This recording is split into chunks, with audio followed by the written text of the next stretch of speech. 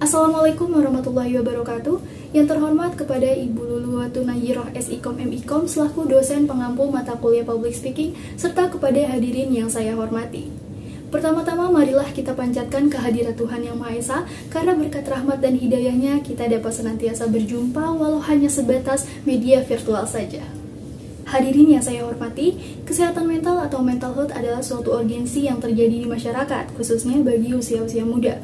World Health Organization atau WHO menyebutkan bahwa kesehatan mental adalah suatu kondisi kesejahteraan individu yang menyadari potensinya sendiri, dapat mengatasi setiap tekanan dalam kehidupan yang normal, serta dapat bekerja secara produktif dan mampu memberikan kontribusi kepada komunitasnya. Maka, kesehatan mental mencakup kesejahteraan emosional, psikologi, dan sosial manusia. Terdapat beberapa hal yang perlu diperhatikan dalam kesehatan mental. Yang pertama yaitu bagaimana seseorang memikirkan, merasakan, dan menjalani setiap keseharian dalam kehidupan. Yang kedua yaitu bagaimana seseorang memandang dirinya sendiri dan juga orang lain. Dan yang ketiga yaitu bagaimana seseorang mengambil keputusan pada setiap permasalahan yang sedang dihadapi. Pada dasarnya, kondisi kesehatan mental setiap orang itu berbeda-beda, karena pada hakikatnya, setiap manusia selalu dihadapkan pada kondisi di mana ia harus menyelesaikan setiap permasalahan yang dihadapinya dengan berbagai alternatif yang ada. Indonesia National Adolescent Mental Survey atau Survei Kesehatan Mental Nasional menemukan angka kejadian gangguan mental pada remaja usia 10-17 tahun. Angka ini menunjukkan bahwa 1 dari 3 remaja Indonesia memiliki masalah kesehatan mental, serta 1 dari 20 remaja Indonesia memiliki gangguan mental pada 12 bulan terakhir. Angka ini setara dengan 15,5 juta dan 2,45 juta jiwa remaja. Terdapat beberapa persoalan mental health yang paling umum terjadi. Yang pertama adalah stres. Stres adalah kondisi ketika seseorang dihadapkan dengan tekanan yang sangat berat, baik itu dalam segi emosi maupun mentalnya. Seseorang yang stres umumnya akan cenderung bersikap cemas, gelisah, dan mudah tersinggung. Stres juga dapat mengganggu konsentrasi, menurunkan motivasi, dan juga memicu timbulnya depresi. Yang kedua yaitu gangguan kecemasan. Gangguan kecemasan adalah kondisi psikologis ketika seseorang merasa cemas berlebihan secara konstan dan cenderung sulit untuk dikendalikan. Hal ini tentunya dapat berdampak buruk pada kehidupan sehari-harinya. Yang ketiga yaitu depresi. Depresi adalah gangguan suasana hati yang membuat penderitanya terus-menerus merasa sedih.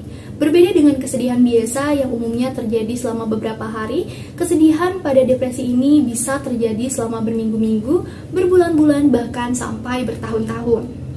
Hadirin sekalian, berdasarkan macam-macam persoalan kesehatan mental yang telah disebutkan sebelumnya, kita dapat mengetahui betapa pentingnya mental yang baik bagi pribadi dan psikologi yang kita miliki.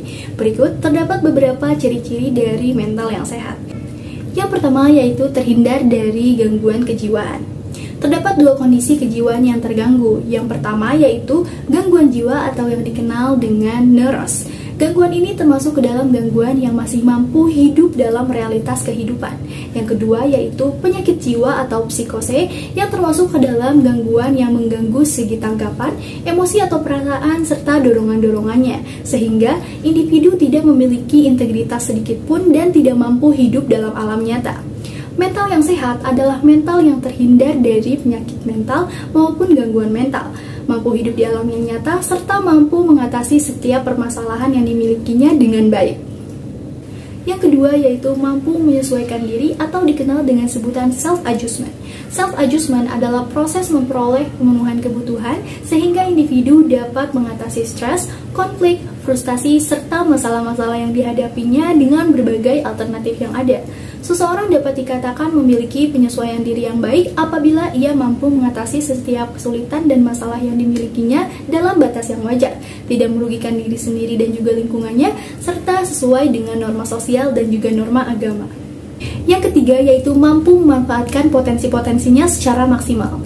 Di dalam hal ini, individu secara aktif dapat memanfaatkan kelebihan dan kemampuannya, yaitu dengan mengeksplor setiap potensi yang dimilikinya semaksimal mungkin. Hal ini dapat dilakukan dengan cara ikut serta pada kegiatan-kegiatan positif dan konstruktif pada pengembangan kualitas dirinya. Yang keempat dan menjadi poin terakhir yaitu individu dapat mencapai kebahagiaan pribadi dan juga kebahagiaan orang lain. Di dalam poin ini dimaksudkan pada segala aktivitas individu yang mencerminkan upaya untuk mencapai kebahagiaan bersama. Individu dengan mental yang sehat ditunjukkan dengan perilaku maupun respon terhadap situasi dalam memenuhi kebutuhan pribadi serta bagi lingkungannya secara positif. Maka, individu tersebut akan senantiasa berupaya mencapai kebahagiaan bersama tanpa merugikan diri sendiri maupun orang lain. Hadirin yang berbahagia, setelah kita mengetahui betapa pentingnya mental yang baik bagi pribadi manusia, khususnya bagi kita semua, sudah sepatutnya kita dapat mengatasi setiap permasalahan dan persoalan dalam kehidupan dengan kepala yang dingin. Kita tidak boleh terburu-buru dalam mengambil keputusan, agar keputusan yang kita ambil dapat berbuah baik nantinya.